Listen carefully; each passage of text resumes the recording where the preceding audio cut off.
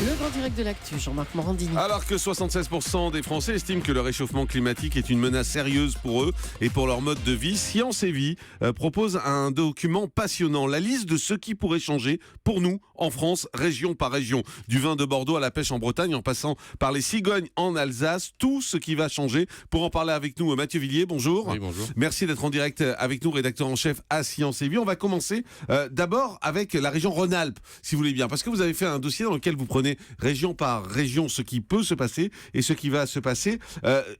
Dans la région Rhône-Alpes, qu'est-ce qui va se passer? On est sur un scénario catastrophe ou pas? Alors non, juste un petit mot là-dessus, on n'est pas sur un scénario catastrophe, on est sur un scénario jugé médian. Il y a pas mal de climatologues qui pensent quand même qu'on sera au-delà de ce qu'on a retenu comme scénario dans ce numéro. Globalement, au global, avant de rentrer dans les régions, on est sur l'idée que d'ici à 2070, le climat réchauffera en moyenne en France de 2,5 degrés à peu près. Ce qui paraît pas énorme en soi. Mais quand on voit les conséquences que vous décrivez... c'est-à-dire que c'est pas énorme, en même temps, si vous dites ça fait quand même une quinzaine de jours de canicule en plus, ça fait quand même des jours de sécheresse, ça fait quand même beaucoup d'événements climatiques extrêmes.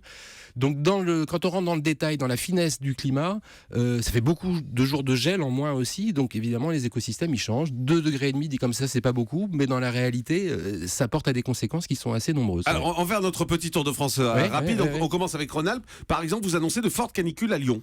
Alors peut-être moins forte qu'à Paris, et on en parlera après, parce qu'il y a quand même le Rhône qui rafraîchit un peu tout ça, mais c'est vrai que les îlots de chaleur urbains vont quand même exploser. C'est-à-dire que quand on parle de 2,5 degrés en moyenne au niveau national dans les villes, ça peut être 4 ou 5. Donc Lyon n'échappera pas à ça. Ouais. Les glaciers, en voie totale de disparition? Alors ça c'est un fait assez connu, mais la messe est dite d'une certaine manière. Ça veut dire plus de ski, plus de stations de ski? Ça veut dire que globalement on estime que 1 degré de réchauffement c'est à peu près 150 mètres d'altitude.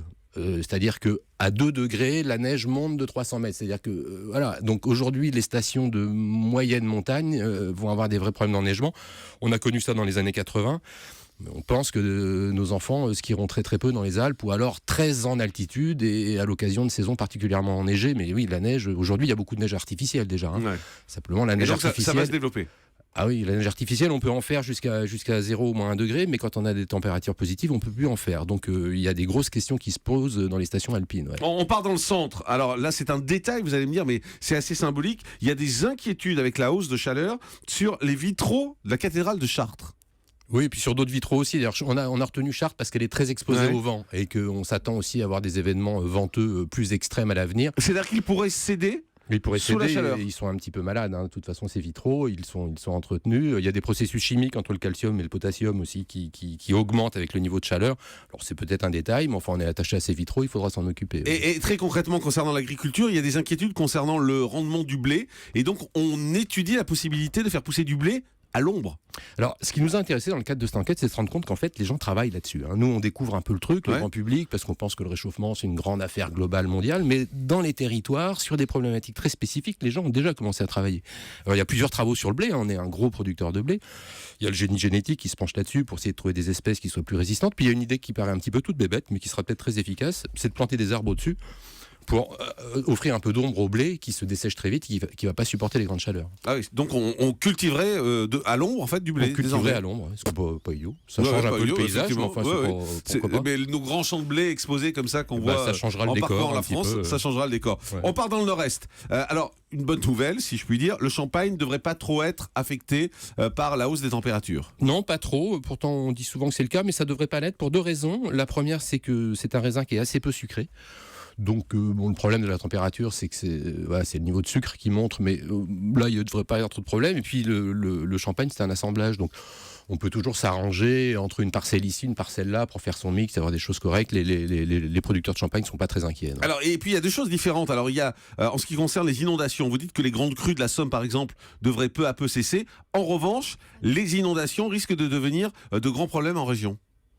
Alors, faut regarder territoire par territoire. La baie de Somme, qui a été inondée à de nombreuses reprises ces dernières années, a priori, on devrait avoir moins de grandes crues, simplement parce qu'il y aura moins d'apport en eau, parce que plus chaud, un peu plus sec, et que donc normalement, ça devrait plutôt bien se passer. En revanche, il y a d'autres régions pour lesquelles ça va se passer un peu plus difficilement. Et on va dans le sud-est, par exemple, aussi. Dans le sud-est, où ça va être là très compliqué. On a vu ce qui s'est passé à Cannes, à Nice, il y a quelques jours, et ce type d'accident météo devrait se multiplier. Alors, là, je suis désolé, mais je suis dans la prudence. Je ne suis pas climatologue, je suis journaliste. Mais les climatologues sont extrêmement prudents sur cette question. C'est-à-dire la question de savoir si le réchauffement va conduire à la multiplication de phénomènes extrêmes de ce type, ils sont très réservés.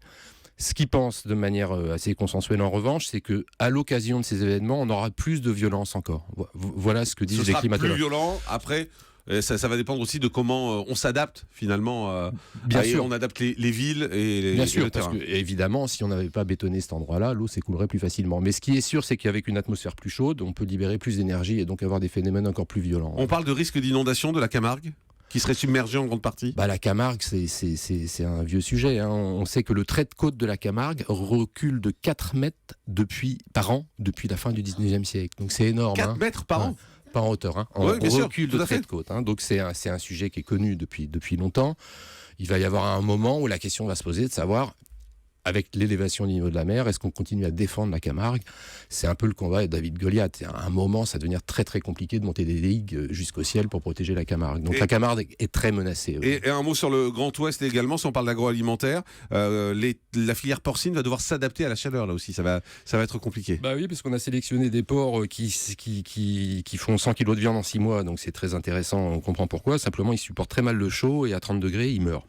Voilà, donc ils sont en train de regarder notamment du côté du porc créole pour voir s'il n'y aurait pas des gènes là-dedans qui pourraient être un peu plus résistants au chaud, qu'on pourrait mettre à nos porcs bretons qui vont beaucoup souffrir de la chaleur. Et on en vient rapidement à l'Île-de-France avec l'érosion des monuments historiques qui pourrait s'accélérer. Oui, c'est des problèmes de chaleur et d'acidité, c'est vraiment de la physique-chimie, mais c'est des choses qui peuvent se traiter. Si on en prend soin et qu'on anticipe, on pourra les sauver. Et plus proche de nous, vous dites que Paris va devoir se transformer également pour supporter les canicules à répétition.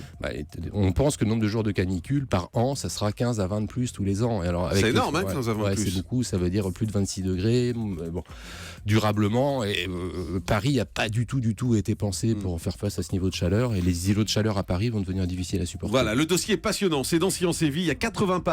Tout ce qui va changer, région par région. On a essayé de survoler ça rapidement et vous avez compris. Il y a beaucoup d'infos, beaucoup de dossiers et beaucoup d'enquêtes là-dessus. Merci Mathieu Villiers d'avoir été avec nous. Je rappelle que vous êtes rédacteur en chef de Science et Vie. Merci d'avoir été avec nous ce matin.